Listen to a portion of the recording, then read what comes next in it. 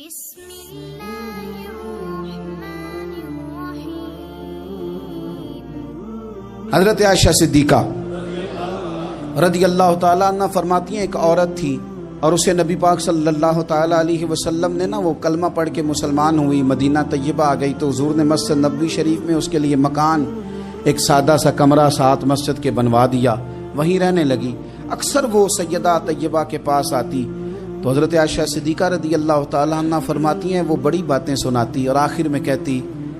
وہ ہار والا دن بھی بڑا عجیب دن تھا اور میرے رب کی قدرتوں کا دن تھا، وہ بھی بڑا عجیب دن تھا۔ سیدہ عائشہ صدیقہ رضی اللہ تعالیٰ عنہ ایک دن فرمانے لگی کہ تو ہار والے دن کا بڑا ذکر کرتی ہے، وہ کیا دن تھا؟ تو خاتون کہنے لگی اماں جی وہ دن تھا جب میرے رب پر بھروسہ اور مضبوط ہو گیا، جس دن میرا اپنے رب پر توکل اور بڑھا، میرے ایمان میں یقین میں اور پختگی آئی۔ کہنے لگی میں ایک گھر کی کنیز تھی، نوکرانی تھی، اس گھر میں ایک بچی تھی جس کے پاس سونے چاندی ہیرے جواہرات کا ہار تھا۔ اس زمانے میں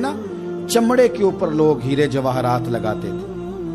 کئی دفعہ سرخ رنگ کے چمڑے پہ لگائے جاتے تھے، وہ بچی پہنتی تھی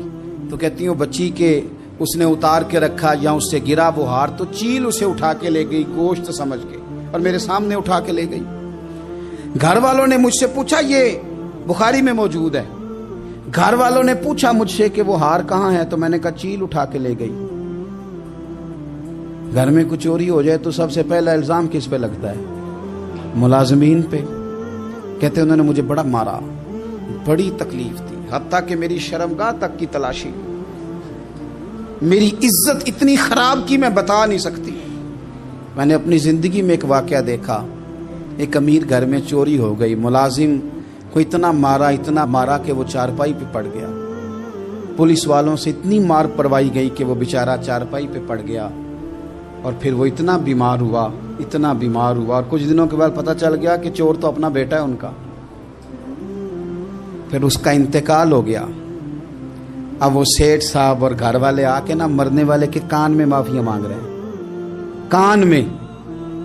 تو میں نے ان سے پھر کہا تھا کہ یہ تو اب چلا گیا ہے، تمہارا زور چلتا تھا